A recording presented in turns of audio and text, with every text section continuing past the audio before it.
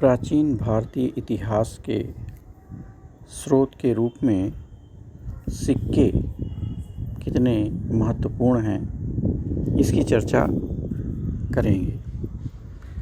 सिक्के अपने आप में बहुत बड़ी घटनाएं या हम कहें बहुत बड़ी सूचना देने वाले साधन हैं, माध्यम हैं प्राचीन भारतीय इतिहास के।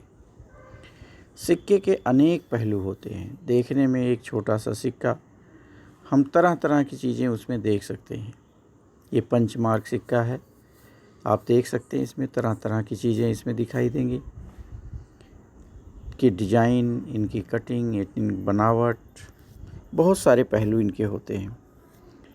फिर समाज में मान्यता, बहुत अधिक जानकारियाँ यहाँ सिक्कों के बीच हम देखते हैं। सबसे पहले हम सिक्कों के वज़न या भार की चर्चा करेंगे। सिक्कों का भार अपने आप में महत्वपूर्ण होता है। अगर सिक्कों का भार अधिक है तो सामान्य तौर पर उनकी कीमत अधिक मानी गई थी। अगर उनका वज़न कम होता तो उनका महत्व भी कम होता, कीमत भी कम होती। सिक्के हमारे यहाँ जैसे हम मान के चलते हैं कि लगभग 6ठी शताब्दी ईसा पूर्व में आ गए होंगे, क्योंकि बौद्ध ग्रंथों में इस तरह की बातें आती हैं कि बुद्ध के मरने के बाद किसी बगीचे को खरीदने के लिए पूरे सिक्के बिछाए गए थे। जो भी है, हमारे पास उपलब्ध पंचमार्क सिक्के हैं और पंचमार्क सिक्के कम से कम 3री शताब्दी ईसा पूर्व के तो अवश्य हैं। तो इन सिक्कों को अब हम देखते हैं कि इनका भार कितना है। तो जैसा मैंने बताया, भार के आधार पर हम विभिन्न धातुओं का उनका मूल्य निर्धारित करते हैं। इसलिए भार हमारे लिए बड़ा इम्पॉर्टेंट होता है। जो अधिक भार का है वो अधिक मूल्य का था, तो ये हम देख लेते हैं। इसके बाद हम देखते हैं उसकी धातु या पदार्थ के ऊपर। नेचुरली हम सोने का सिक्का ज़्यादा महत्वपूर्ण होगा, चांदी का उससे कम, तांबे का उससे कम। हमारे पास धातु कई तरह के सिक्के थे, जो धातुओं के अलावा भी जैसे हम दिखते हैं शीशे के सिक्के, प्रोटीन के सिक्के जो सातवाहनों ने चलाए, इस तरह के भी सिक्के हैं। तो अलग अलग धातुओं के सिक्के, सोना, चांदी, तांबा, तो इन सब का कीमत उस समय भी इसी तरह से थी कि सोने का कीमत ज़्यादा थी, दूसरे धातुओं की कीमत जैसे चांदी का उसके बाद, और फिर तांबे का, फिर पीतल का, फिर उसके बाद दूसरी चीज़ों का। ये कनिष्क के काल का सिक्का है। देख सकते हैं कि उस समय की बनावट के बारे में, लिखावट के बारे में, वेशभूषा के बारे में बहुत सारी चीज़ें इसमें दिखाई पड़ जाएंगी। बहरहाल हम आगे चर्चा करते हैं इसके ऊपर, सिक्कों के चित्रण के ऊपर। चित्रण पहले जैसा हमने अभी दिखाया था, पंचमार्क सिक्कों से लेकर के हम आगे तक सिक्के को देखते हैं कि सिक्कों के ऊपर कुछ न कुछ बनावट की गई। उन बनावट के आधार पर हम तत्कालीन बहुत अधिक बातों को जान लेते हैं। एक सिक्के की बनावट, उस पे चित्रण बहुत इम्पॉर्टेंट है।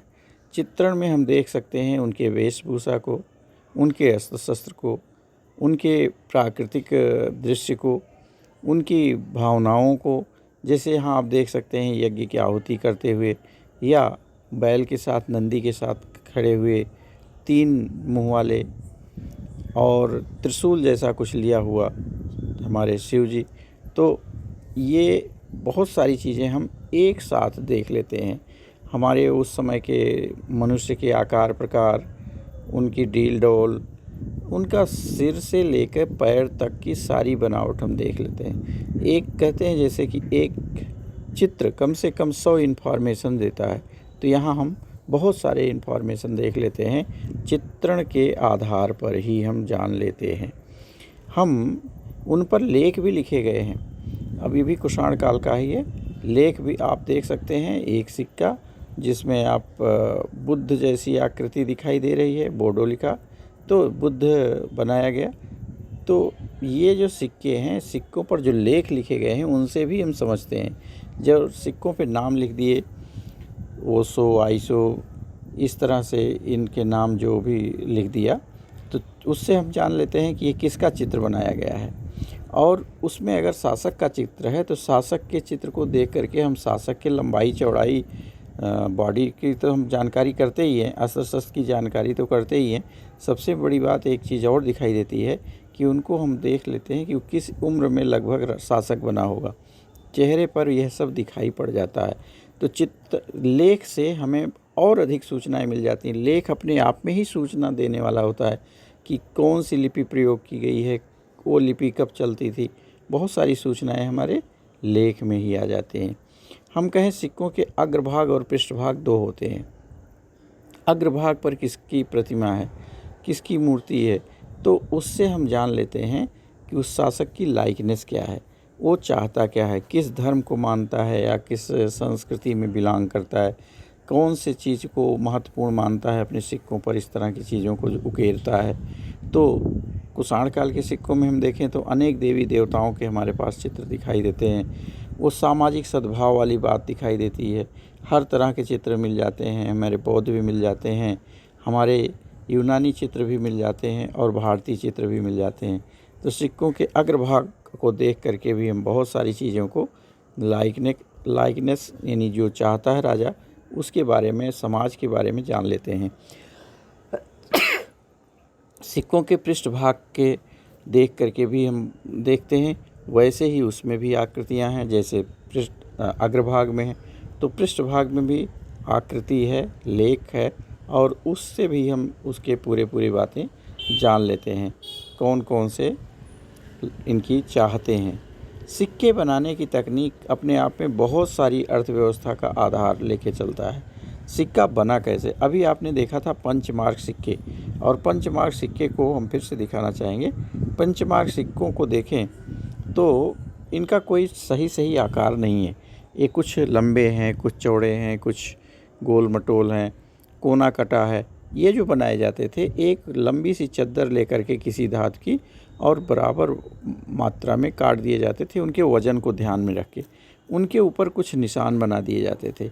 नदी, तालाब, घर जो भी बना दे, वृक्ष, तो ये और 5 निशान बनाए जाते थे सामान्य तौर पर, इसीलिए इनको पंचमार्क शब्द भी प्रयोग किया गया। इनके 5 तरह के निशान लगा दिए गए। तो इस तरह के सिक्के शुरुआती दौर में देखते हैं तो हम समझ सकते हैं कि ये प्रारंभिक दौर है, जबकि सिक्कों को बनाने का अभी काम चल रहा था, सीखा जा रहा था। और जब हम आगे के सिक्के देखते हैं, हम देखते हैं कि ढले ढलाए सिक्के, गोल सिक्के, चिकने सिक्के, आकार में बहुत अच्छे, उनके जो चित्रण किए गए हैं एकदम स्पष्ट रूप से पहचाने जा सकने वाले, एकदम स्पष्ट रूप से उनके लेख, दोनों साइड में चित्रण। तो हमें लगता है कि उस समय में तकनीक कितनी डेवलप हो गई होगी, उस समय के लोग कितने अच्छे से ढालना किसी चीज़ को और बनाना धातुओं को कितना अच्छे से सीख गए थे। तो इन चित्रों को देख करके भी हम बहुत सारी चीज़ों को जान लेते हैं। सिक्कों के प्रसार को लेकर के भी हम इतिहास जानते हैं कि किसी खास प्रकार के सिक्के कहाँ तक फैले हुए थे, कहाँ कहाँ मिलते हैं। हम उनके साम्राज्य विस्तार के बारे में जान लेते हैं कि इनका साम्राज्य यहाँ तक था, इसलिए यहाँ पर ये सिक्का विस्तृत था। अब ये सिक्कों के विस्तृत होने का एक तो प्रमाण ये हुआ। दूसरे कुछ सिक्के ऐसे भी हो सकते हैं जो 1-2 सिक्के मिल जाएं कहीं दूर, हम समझ सकते हैं वहाँ तीर्थ यात्रा के द्वारा, पर्यटन के द्वारा, किसी अन्य माध्यम से वो सिक्का वहाँ पहुँचा होगा। ये गुप्तकालीन सिक्का है। तो सिक्कों के प्रसार के माध्यम से भी हम जान लेते हैं। हम अब एक संक्षेप में अगर हम बात करें तो सिक्कों से हम उस काल की सारी स्थिति हम जान लेते हैं। तत्कालीन राज्य व्यवस्था, तत्कालीन समाज व्यवस्था, तत्कालीन वस्त्र आभूषण, तत्कालीन अस्त्र शस्त्र, तत्कालीन भाषा लिपि, तत्कालीन उनके लाइकनेस, उनकी चाहतें, तत्कालीन समाज में प्रचलित देवी देवता और उनकी मान्यताएं, हम सब कुछ जान लेते हैं सिक्कों के आधार पर। वास्तव में देखा जाए तो ये सिक्के इतने इम्पॉर्टेंट हैं कि हमारे भारत का जो इतिहास है अगर हम देखें तो लगभग 200 ईसा पूर्व से लेकर के 200 ईस्वी तक 400 वर्षों का इतिहास, इसको लिखने में सिक्कों ने बहुत अधिक योगदान दिया। अगर ये सिक्के नहीं होते तो हम बहुत सारी चीज़ें जानते ही नहीं कि रोमन सिक्के कैसे आ गए, रोम के कुछ लोगों के नाम कैसे आ गए।